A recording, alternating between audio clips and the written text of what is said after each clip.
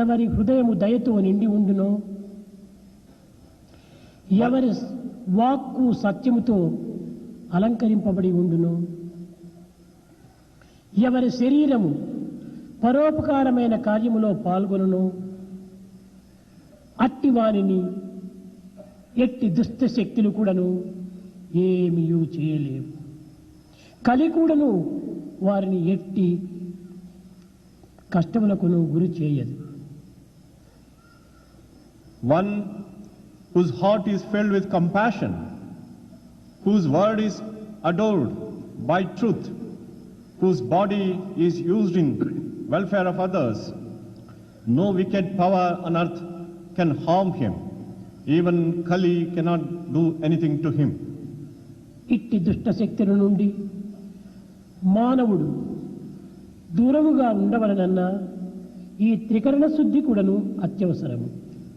If man has to be away from such wicked powers, should have the purity of thought, word and deed. హృదయము, వాక్కు, కాయము ఈ త్రికరణములు కూడాను పరిశుద్ధముగా ఉండినప్పుడే పరతత్వాన్ని కూడాను సుస్పష్టంగా అర్థము చేసుకోగలడు. Only when the three instruments, the heart, the word and the body are pure, he can understand the true principle. మానవుడు నివసించినటువంటి ఈ ప్రదేశమునకు ప్రపంచము అని పేరు. This world which is inhabited by men, this is called prapancha or world. ప్ర అనగా వికాసమని ప్రకాశమని కూడాను చెప్పవచ్చు. Pra means either radiance or play. ప్ర ఇది ఉపసర్గము. It is upasarga or prefix. ఈ ప్రాను ప్రతి ఇంద్రియమును కూడాను ముందు ఉంచినప్పుడే ఇది ప్రపంచం అనేటువంటి రూపాన్ని ధరిస్తుంది. Only when this prefix pra is there, it takes the form of the world. పంచభూతము, The five elements, పంచ ఇంద్రియము, five senses, పంచకోశము, five sheaths, పంచ ప్రాణము. five life forces. ఈ పంచములకు ప్ర ముందు చేర్చినప్పుడే ప్రపంచము అయిపోతుంది. For all these five, when pra is prefixed, it becomes prapancha or the world. అనగా పంచభూతముల యొక్క వికాసమే ప్రపంచము. This world is the evolution of the five elements. పంచ ప్రాణముల యొక్క ప్రకాశమే ఈ ప్రపంచము. The radiance of the five life principles is the world. పంచేంద్రియముల యొక్క సమ్మిళితమైనటువంటి స్వరూపమే ఈ ప్రపంచము. The conglomeration of the five senses is this world. పంచకోశముల యొక్క స్వరూపమే ఈ ప్రపంచము. The very form of the five sheaths is this world. కనుక ఈ ప్రపంచమునందు ఎందు చూచినా భేదమే. Therefore, wherever you see in the world, you find the differences. వస్తువులో భేదము, There is difference of material, వ్యక్తులలో భేదము, differences of individuals, విషయములలో భేదము, in differences of matter. అంతా భేదమే. Wherever you see, there is differences. ఈ భేదముతో కూడినటువంటి ప్రపంచమునందు ఈ భేదము ఎక్కడ ఉన్నదో ఆ ప్రపంచమునందు రాగము, ద్వేషము ఆవిర్భవిస్తుంటాయి. In this world which is full of differences, there arise the attachments and hatreds. కనుక భేదరహితమైనటువంటి యొక్క తత్వాన్ని మానవుడు పొందవలనన్నా, If man has to attain this principle without any differences, సర్వత్రా ఉండినటువంటి యొక్క దివ్యత్వాన్ని గుర్తించాలి. he has to recognize the divinity which is everywhere. ఇట్టి సర్వత్రా వ్యాపించినటువంటి యొక్క దివ్యతత్వాన్ని గుర్తించినప్పుడే ఈ భేదము, రాగ ద్వేషములు కూడాను నిర్మూలము కాగలదు.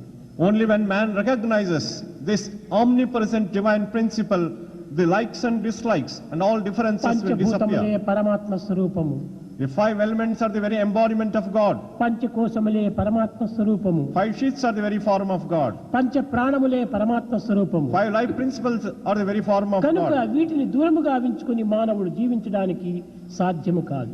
By moving away from them, man cannot live.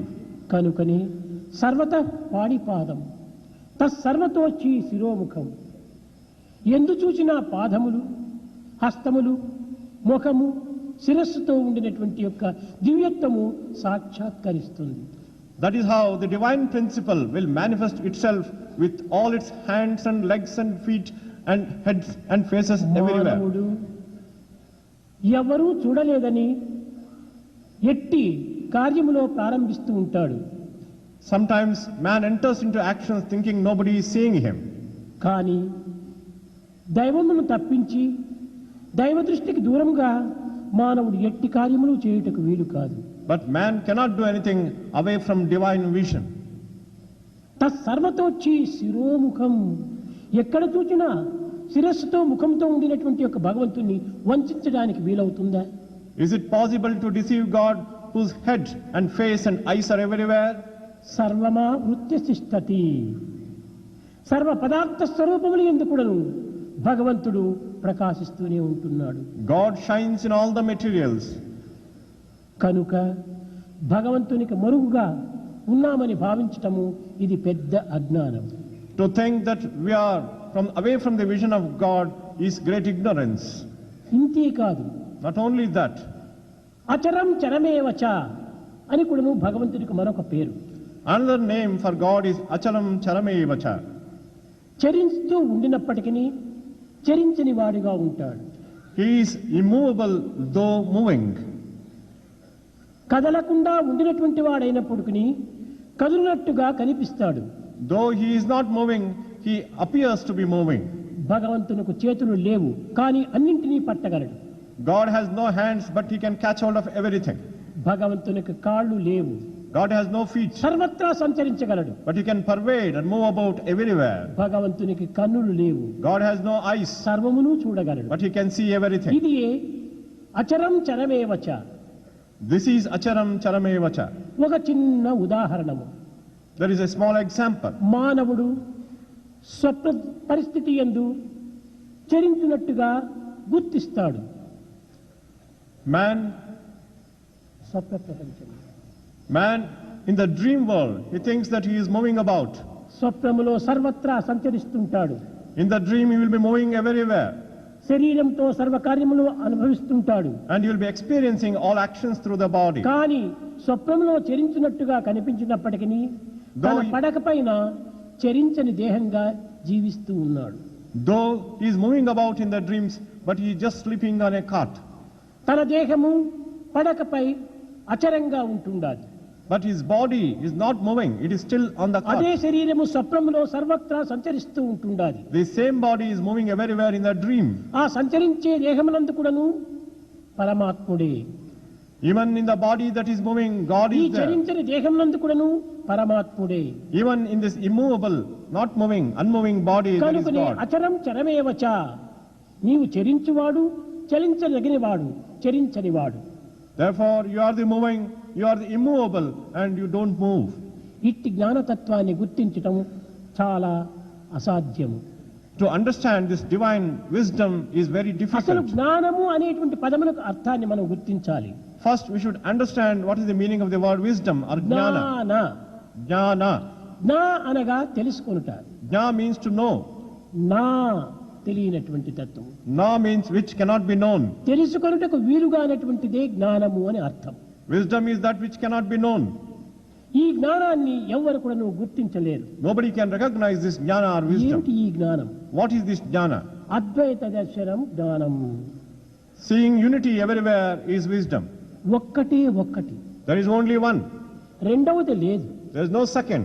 అప్పుడు తెలుసుకొనుటకే వీలు లేదు. Then there is nothing which can be known. తెలుసుకోవటం అనేటువంటిది కూడా ఉండదు. There is nothing which we have to be known. తెలివి, తెలుసుకోవటం, తెలుసుకునేవాడు ముగ్గురు కూడా ఉండరు. All the triad, the knower, the known and the knowledge, they don't exist. కనుక ఏకత్వాన్ని గుర్తించటంలో అనేకత్వం యొక్క దివ్యత్వాన్ని అర్థం చేసుకోవచ్చు. In order to recognize unity, we also have to see the divinity in diversity.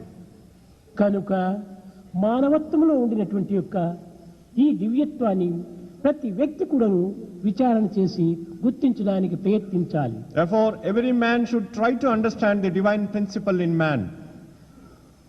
భగవంతుడు ఒక్కడే. God is one. ఇలాంటి ఒక్కడే సర్వజీవుల యందు కూడా ఉంటున్నాడు. One God exists in all the beings. ప్రేమ ముదిత మనసికో రామ రామ రామ రామ రామ రామ రామ రామ శ్రీ రామ రామ రామ ప్రేమ ముదిత మనసికో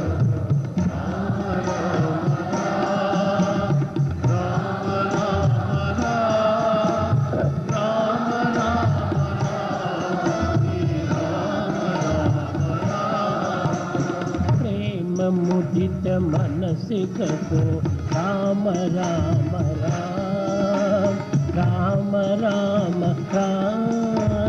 రామ రామ రామ శ్రీ రామ రామ రామ ముదిత మనసికో రామ రామ రామ రామ రామ రామ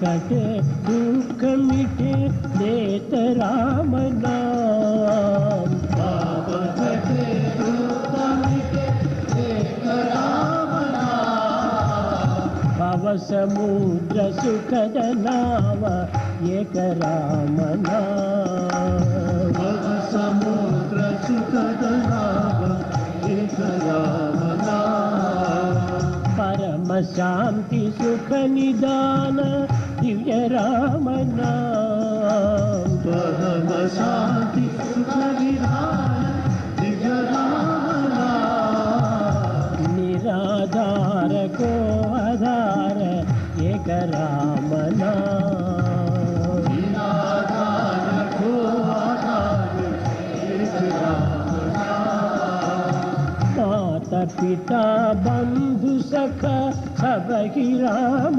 नाम माता पिता बंधु सखा सब ही राम नाम भक्त जनर जीवन धन एक राम नाम भक्त जनर जीवन एक राम नाम राम राम राम राम राम राम राम राम राम श्री राम राम राम राम राम राम राम राम राम राम श्री राम राम राम राम राम राम राम राम राम राम राम श्री राम राम राम